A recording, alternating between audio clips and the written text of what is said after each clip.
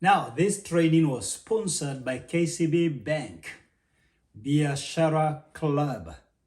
And the question we want to ask ourselves today, can your business survive exponential growth?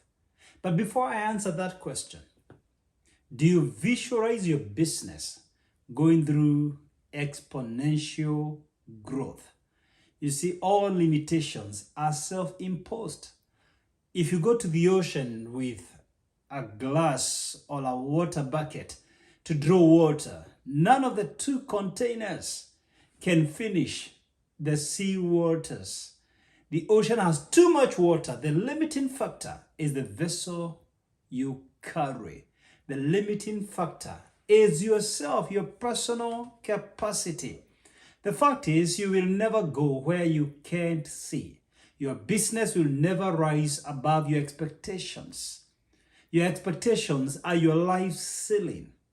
Before you can go anywhere, you've got to see it. You've got to see it with your inner eyes. And this is what we call vision. The reality is every business, in accounting terms, must remain a going concern. Otherwise, it dies. No business can afford not to move forward. That's why there is an old English saying, don't awake a sleeping dog, or rather, let the sleeping dog lie. Sleeping giants die naturally, by natural attrition. They just die away. You can't afford. You see, if I don't use my head for so long, it will atrophy. I will need therapy to be able to use it again. If I fold my hand for so long, it becomes incapacitated. It must continuously be put into practice for it to be functional. The same way you exercise your body, your business must be stretching. You stretch your mind with new knowledge. You must stretch your business. You are either growing or dying away. Even if you are on the right track, you will get run over if you just sit there. Just like an antelope in the field. It can't just sit and say, I'm now in my territory. There is no comfort zone in the jungle. And I'm telling you, in the business jungle, there is no comfort zone. You'll be run over by competition. You'll be run over by changes in policy. You'll be run over by changes in technology. You'll be run over by changes in customer tastes, fashions, and preferences. Even you'll be run over by changes in employee attitude and their work ethic. That's why the business must continuously evolve, change and adapt and grow. You're either growing or dying. But let me first answer this question. What is business growth? What is business growth? I think the key indicator, in my view, of business growth is cash money moolah. More revenue, cash. Business growth means more money. I mean, that's the first indicator. But the second one is more customers and more products. If you have more customers in your business, yes. But of course, they need then to come with more revenue. And if you're launching more products, you're releasing and rolling out more products in the market, that's an indicator of growth. So I'm not saying these three are the only indicators of growth, but for the purposes of this training, the three primary indicators of growth is more revenue, more customers, and more products. But since there are many other parameters, many other indicators, many other measures of growth, I also want us to look at more sales, more channels, and more employees as indicators of business growth. Yes, as the business grows, you get more employees. You start all alone. And then you share the vision with other people. And you start getting more and more people. Then you need more sales and more channels as your business grows. These are clear indicators you're growing.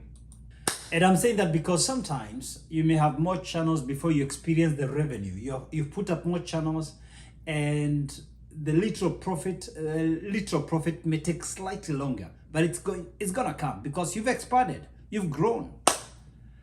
You see, I'm saying this because many times we don't focus on the process. We live in a generation that want instant miracles, instant money right now. So many people these days don't trust the process. We microwave everything. We don't want that sucker to simmer, to grow naturally. So many people these days don't believe in organic growth. They want to force growth. They want to fast track everything. Everyone wants to live on top of the mountain, but meaning and growth occurs while you're climbing it. We've got to respect the journey. We've got to respect the process. Experience has no substitute. Experience takes time. Mastery takes time. Growth takes time. It's rare when growth takes overnight.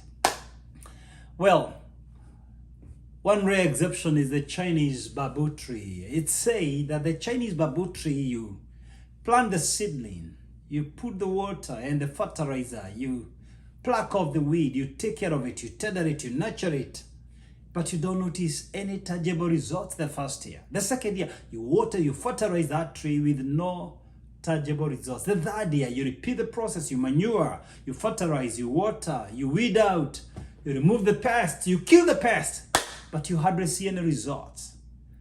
Somewhere in the 5th or 6th week of the 4th year, the Chinese tree begins to shoot. And almost every day, it shoots almost by half a meter. The Chinese bamboo tree grows roughly 90 feet high. What is true for the Chinese bamboo tree is true for the Scottish bamboo. And I want to say this matters your business. There will be days and weeks and months, even perhaps years. You're going to water, fertilize, kill the pest, without seeing tangible results. But the greatest difference between winners and losers is the ability to hold on. The real measure of faith is the ability to hang in there. Stay the course. Consistency, not intensity, consistency. Doing the same thing over and over and over again without throwing in the towel. Well, if success were easy, who wouldn't be successful? If business were easy, who would be employed? Everybody would want their own liberty and to have control of their own time, to be their own boss. So business is tough. It's about staying the course through all the bumps, through all the barriers, through all the obstacles. You're going to encounter a lot of fights in the field of business. But you've got to hang in there, stay the course like the Chinese bamboo tree. So today I want us to look at two fundamental things. The question we are answering: can your business survive exponential growth? And I want to break it down into two. One, causes of business growth and how to survive business growth. And number two, causes of exponential business growth and how to survive exponential business growth. And the reason I want to do this, we can't talk about exponential business growth before we first talk about business growth. And I know the concern of most people is not exponential business growth. Let's face it, let's be real, let's be practical, let's keep it down here on the reality. The concern with you is business growth before we first talk about exponential business growth. So I want us to look at causes of business growth. There could be 101 causes of business growth, but I want us to focus on three for the purposes of our seminar today. One, increase in sales, sales increase. Number two, capital injection. And number three, industry shift. Of course, if you increase your sales, your business will grow. If there is more capital injection and you put good leadership and governance, your business will grow. And if there is a shift in the industry in your favor, your business will grow. Now, let's look at each of these factors of business growth individually. And the first one is sales increase. And the question is, what really makes sales to increase? What can I do as an entrepreneur to have more sales in my business? Answer: the customers have to buy more. Either the existing customers have to buy more or you have to get new customers. So whatever the case, you must increase your sales. Either the existing customers are buying more or you have more new customers, or both. So basically what you need to increase sales is increase in customers. To increase customers, you need new customers and you need customer retention. So to have new customers, what do you need to have new customers? Marketing, period. You need to enhance your visibility. You need to increase your marketing campaign. You need to brand yourself more. You need to be seen more. Yes. Well, maybe you are already branding your walls, you are doing billboards, and maybe newspapers, radios, and TVs are expensive for you. But you have the social media which is free for you. You only need to be strategic. Speak the same story over and over again. Create the same narrative. By the grace of God, I have almost 1.9 million followers on Facebook. And if I were to tell you one thing that led to that massive following on Facebook, is creating the same narrative. For me, I just encourage people every day. I create hope in their lives, in their marriages, in their businesses, in their careers. And I do this every day. There is no miracle. I just write an article every day. Every day. Since the year 2014, every single day I've released an article. So it is the cumulative impact of doing the same thing consistently over the years. So create the same visibility. If you're running a chemist, repeat the same story about medicine. If you're a fitness coach, repeat the same story on social media. Avoid wasting your social media space. Repeat the same thing about fitness every day. Throw a quote, do an article every single day. Every single day, repeat the story. If you're selling cars, educate us about cars. Tell us today about how to do oil change. Tell us tomorrow about the seat belt. Tell us the next day about the windscreen. Tell us how to procure a car from Japan. Tell us what is better between a Toyota and a Mitsubishi, a Mercedes-Benz, a Volvo, a BMW for this terrain. What car do I need? For this size of a family, what car do I need? Tell us stories about the car over and over and over and over again every day until the market begins to see you as the master in that field. Until everybody accepts this is your mastery. And to retain the existing customers, because we need new customers, but we also must retain the existing customers. It doesn't make sense to do +2 - 4, +2 - 4. You get 2 new customers, you lose 4 existing customers. It is more costly to get a new customer than to retain the existing customers. So what do we do to retain the existing customers? Answer: customer experience. You see, graduating from customer service to customer experience. Put yourself in the shoes of the customer. That's what I mean. Customer service is when you deliver the service to the customer. Customer experience is when you put yourself in the shoes of the customer. Now, if you don't remember anything else I'm going to tell you today, just remember this one thing. Just one thing. Just this one thing. Never, never, never, never argue with a customer. Let me repeat. Never, never, never, never argue with a customer. Here is the deal. You have heard many, many times about customer service. You have been taught. You have attended seminars 1,000,001 times and you're told about customer service. I'm breaking it down for you. It simply means never argue with a customer. For example, you operate a hardware shop and the customer returns an item and they say this pair of pliers is not working. Replace it. Don't argue with them, replace it. Here is the deal. Roughly out of 100 customers, maybe only 1 will complain about your products. The rest will be satisfied. That one guy who returns the product, please be ready to absorb the loss. It may not be your loss. It may be an industrial fault, a malfunction right from production. Just by you accepting replacing that product for this one customer, let me tell you, this customer has already seen your kindness and your good deeds. And he is going to come back to your business with his cousins, nephews, nieces, siblings, parents, great-parents, friends, peers, classmates, name it, work colleagues, neighbors. That one customer is a network. That one customer is a system. That one customer is a community. Every customer you lose a community. Don't argue with customers. Let's say you operate a taxi like Uber. A customer comes and they're very upset with you because maybe someone annoyed them in the plane and they have just landed annoyed and they're extending the bitterness and the toxins to you. Let me tell you something. You are only with this person maybe for 15 minutes, 20 minutes, 30 minutes, and they're gone. They're out of your car. Don't lower your emotions to their level. Come on, dude. Rise up above them. Treat them with a smile. Pick up their bags and suitcases and put them in your car trunk, boot, as you call it, whatever you call it. I'm saying don't argue with the customer. Let's say you run a restaurant.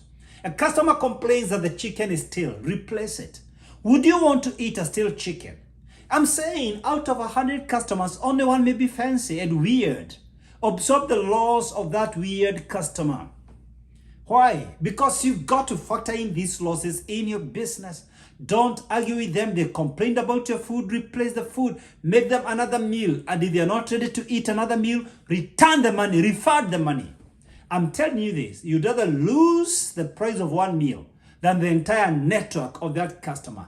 Never, never, never argue with your customer. That way, you'll get new customers and retain existing customers. That will increase your sales and lead to your business growth and business sustainability. Well. The next item, just to have business growth, is capital injection. Let's face it. If we inject capital into your business, you can hire more employees, you can procure more raw materials, you can purchase better technology, you can implement more distribution channels, and with more employees, more raw materials, better technology, more distribution channels, the end effect is you increase your production, you increase your marketing, your visibility, your branding, you increase your distribution, and the end result is growth in your sales, growth in your business. Who is going to inject capital into your business? Let's be real. Who is going to inject capital into your business? The first and most sure way of capital injection into your business is you plowing back the business proceeds back into the business. Don't eat everything. Allocate part of your earnings, part of your profits to your business. That's your first baby. Yes, plow back the profits back to your business. But number two, you can get partners. You can reach out to partners, and you can also reach out to investors, or you can even reach out to venture capitalists. They're not interested in your business for the long run. They want to be in your business for 5 years, 7 years, recoup back the investment, make some money, and get out of your business. But it's your job to show them that the business is working, the structure, the system. It is your job to reach out to them, create the vision, the appetite. The reason partners and investors come to your business is to make money. You've got to convince them you're already making money. That's why in most cases, people inject money into a business that's already existing. Even bankers, it's easier for them to give a loan to an existing business than a startup. It's been tested and proven. There's a line between what is on paper, a business plan on paper, and the ground reality are two totally different stories. That's why when you start, there's a higher chance of people being attracted to invest in your business. And the third thing that leads to business growth is the industry shift. If the industry shifts in your favor, then you can experience growth. What's that? Sometimes there is collapse of a competitor. So, if a business closes down in the same industry, you can get part of their market share because you're not the only player in the industry. You can get some of their customers if you move swiftly, if you have positioned yourself strategically. And secondly, an industry can shift because of government policies that are in your favor, favorable government policies. The government can decide we are no longer going to import coffee or tea into this market, or we are going to raise the taxation for imports of coffee, tea, or clothes, whatever industry you're in, or medications. And of course, then it means that it's harder for external markets to invest in your economy. So that favors the local producers, the local distributors, the local retailers, the local entrepreneurs. So one single policy can favor the industry and move your business forward. Now, here is the deal. We've talked about business growth, but the real question is not business growth. The real question right now, how then do you survive business growth? There could be many ways. For me, I focus on three ways to survive business growth. Number one is business structure. Number two is business systems. And number three is business people. This is a triangle. Yes, to survive business growth, the first thing is the business structure. Most businesses collapse because of poor governance. And business structure means What are the departments in your business and what are the reporting lines? Who reports to who in what department? It is organizing your business in departments that focus on certain aspects. For example, you can have finance department, marketing department, HR department, production department. And the guys in marketing just focus on marketing. And then there are clear reporting lines. So there's clear governance structures in your business. To survive business growth, number 2, you need business systems. And this is the integration between technology, people, and processes. I repeat, business systems is the integration between technology, processes, and people. It means this, that at any given moment, you don't need a particular individual for your business to run. Anyone coming to a business with minimal orientation, they can operate it. If I go to Chick-fil-A right now, I need a 10 minutes orientation to operate that business, or MacD, or I go to Walmart. Why? There is a system in place. I log into the laptop. I know when people are buying the product. I know when the return what needs to be done. The process is smooth. The technology is supporting the processes and the people. And then finally, the third aspect to survive business growth, the third strategy, is the people. What does that mean? There are many people that support a business, but there are three critical people in the business. And that's employees, customers, and suppliers. Watch this. If employees walk out on you en masse, the business is over. It is employees who run the business. Business is run by people, for people, through people. Number 2, if customers walk out on you en masse, you're finished. We've got to retain customers, and we have just talked about it. And to retain employees, treat your employees as though they're your finest customers. And guess what? They will follow your example. If you treat them like your finest customers, they will treat your most valuable customers similarly. The same way you treat them, they will extend the same treatment, the same attitude to your customers. And that way, you've got to take care of your suppliers of goods and services, the financial institutions that support you, where you get your raw materials, the guys who support you, whether it's the electrician who repairs gadgets or laptops, whatever. You know what? If you mess up with your suppliers, you destroy your value chain. And you can't survive business growth if you tamper with the value chain. So to survive business growth, you've got to work on your business structures, your business systems, and the business people, the people who support your business. I've talked about these things in details in this book, Reposition Yourself, available in Amazon. All right, now what's the difference between normal growth and exponential growth in business? What's the difference? You know, when we hear the word normal, some of us think it's a straight path, a straight line. Straight lines don't exist in real life. That's why when you're in school, when you're doing your statistics, somebody taught you that the normal curve it's like that, the normal curve. And you can draw a line at the middle of the normal curve. You can draw a line. That line at the middle is the line of averages, the line of means, the mode, the median, the arithmetic mean, the geometric mean, the harmonic mean, because the normal population is always like that. It's a curve. And the two extreme sides, we call them outliers. Most people operate within a certain small percentage of the averages. That's why we use the 95% confidence interval. If your customers, 95% of your customers are satisfied, you're delivering results. Yeah, you're delivering results. So the real difference between normal growth and exponential growth is the skewness of the curve. How sharp is the curve? In lay language, if your business takes a short time to deliver more results, that's exponential growth. If, for example, your company grows in 2-3 years, that's exponential, because it takes about 10 years for a business to grow. For a business to be sustainable, it takes about 5 years. To experience phenomenal growth, it takes like 10 years. Exponential growth means it has grown phenomenally within 3 years. This is very common among software companies. You'll find, for example, the day Meta launched Threads, people began threading. 70 million people subscribed to Threads the same day. That's exponential growth. That's exponential growth. Now Normal growth, for example, you open a supermarket, a hardware, a restaurant, a pharmacy, you're a motor vehicle dealer, you're selling furniture or houses, land, name it, books. You may take up to 10 years. You'll take more years to grow than the way, say, Safaricom behaved with M-Pesa, or Microsoft behaved with its products, or Facebook or Twitter, or something like Google. That's exponential growth. Very high rise in revenue within a very short period of time. That's what we are calling exponential growth.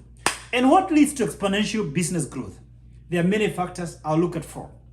Four things can lead to exponential business growth, growth overnight. One is a new product. You can launch a product that overwhelms you. You know what? My dear friend Paul Kinuthia launched, he's in the cosmetic industry. He launched one product, nice and lovely. It went viral, it went crazy. It confounded the producer himself, almost confused him. In fact, he had to sell the product. The product did so well, he sold it to L'Oreal, the largest cosmetic industry in the world, at 2 billion shillings. One single product changed the entire business of that entrepreneur. And I've written that story in this book. You don't need a job. I've written that story. In fact, as at now, I have published 17 books. And this book also went viral. It changed my fortunes in the book industry. There is a guy by the name Eckhart Tolle. He published a book, The Power of Now. He struggled for many, many years. Then one day he was invited by Oprah Winfrey for an interview. And within the next couple of weeks, that product went viral. It went crazy, broke through the webs. I mean, one product, you can launch one product that goes berserk, exponential growth. The second thing that can lead to exponential business growth is a new policy. The government can come up with a policy like it happened in Kenya in the year 2003.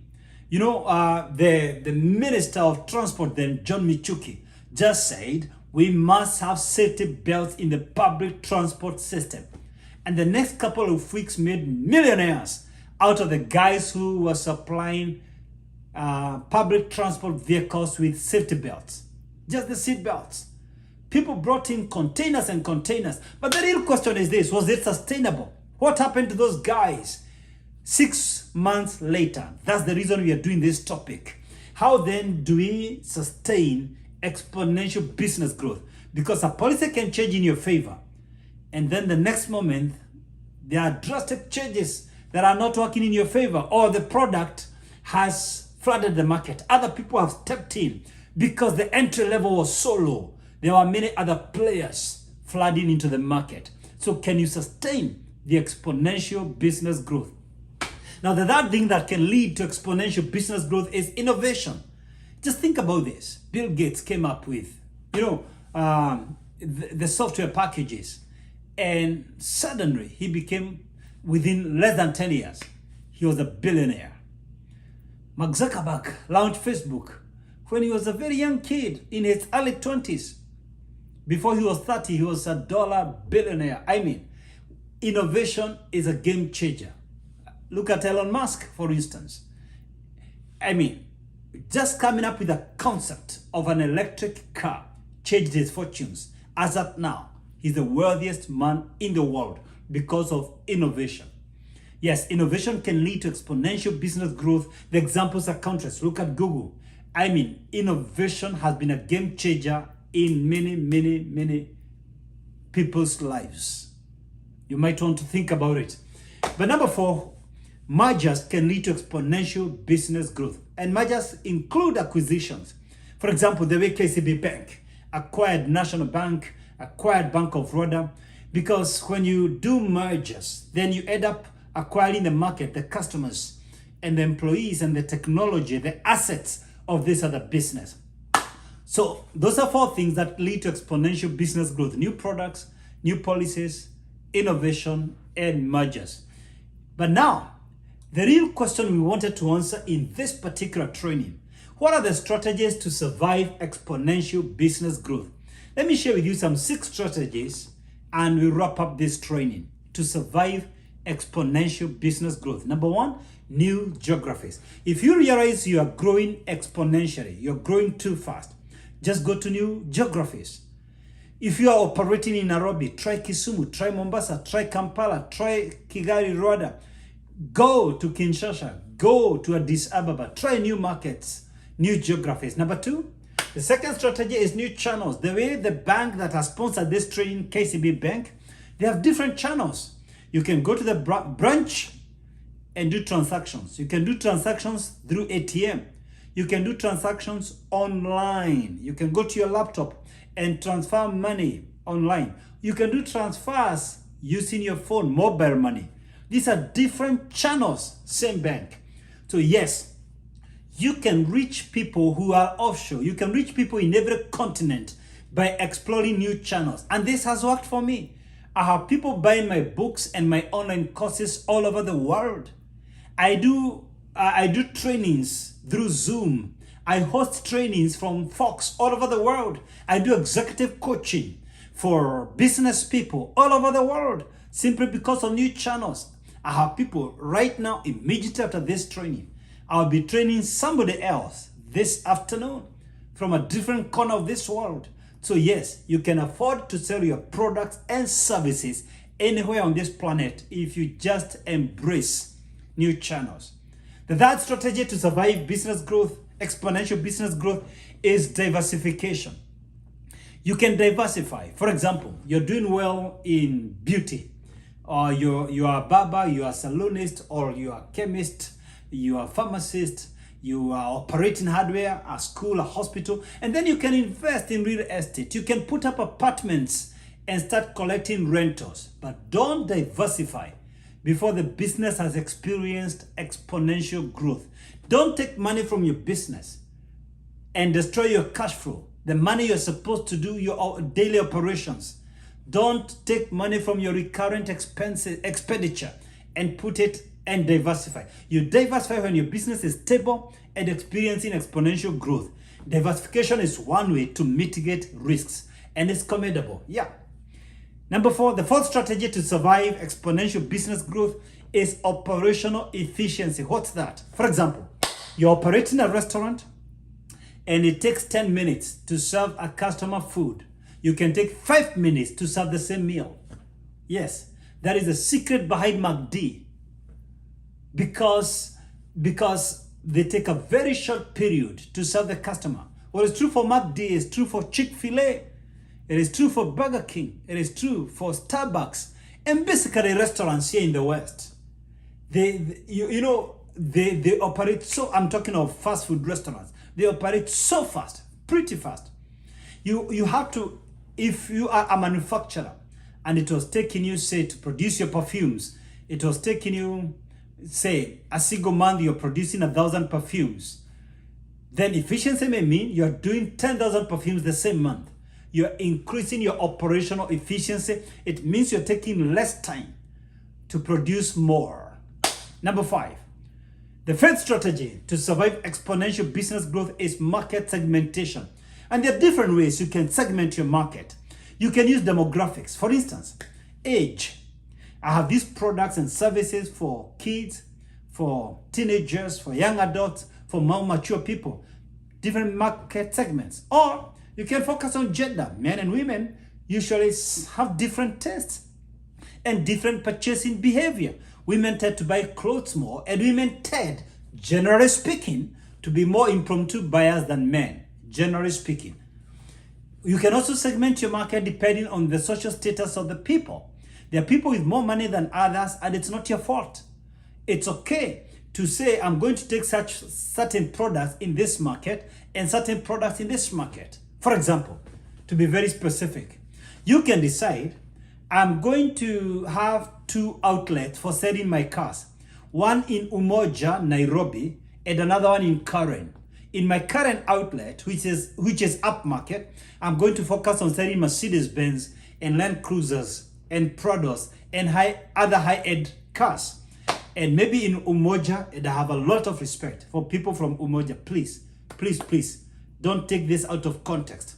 But I may choose to take a car like Premios, the smaller Toyotas, to a place like Umoja, and the Nissan Sunnies and Mitsubishis, because you find 1 out of 100 people in Umoja with a brand new product. It's rare.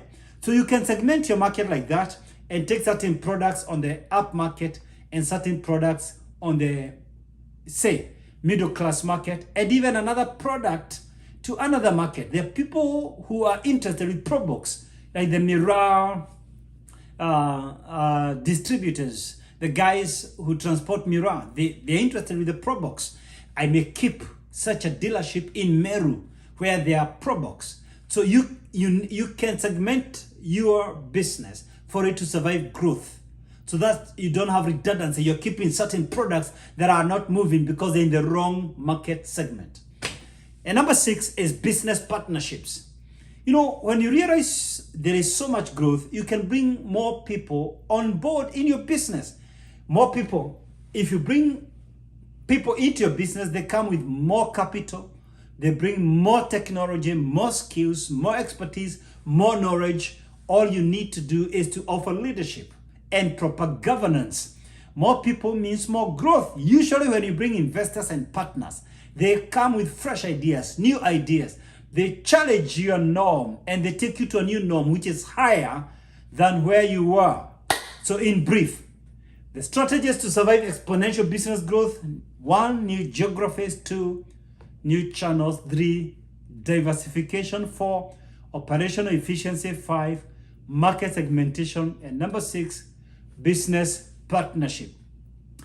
I'm going to sum up with a quote from Sergey Brin, a co-founder of Google. He said, and I quote, "The only way you're going to have success is to have lots of failures first." The only way you're going to have success is to have lots of failures first. So basically I'm saying, don't give up when you experience some drawbacks. Don't give up when you experience some losses. Business has to go through seasons. It's not going to be summer all the time. Sometimes it's going to be dull. That's autumn, that's fall. And sometimes there's going to be winter, stormy, when seriously you're remaining under. But spring is coming when you're going to sprout and to shoot and to smile. And summer is coming when you're going to experience exponential growth. I hope you learned something in this training. Please give me your feedback. Feedback includes questions and comments and your views.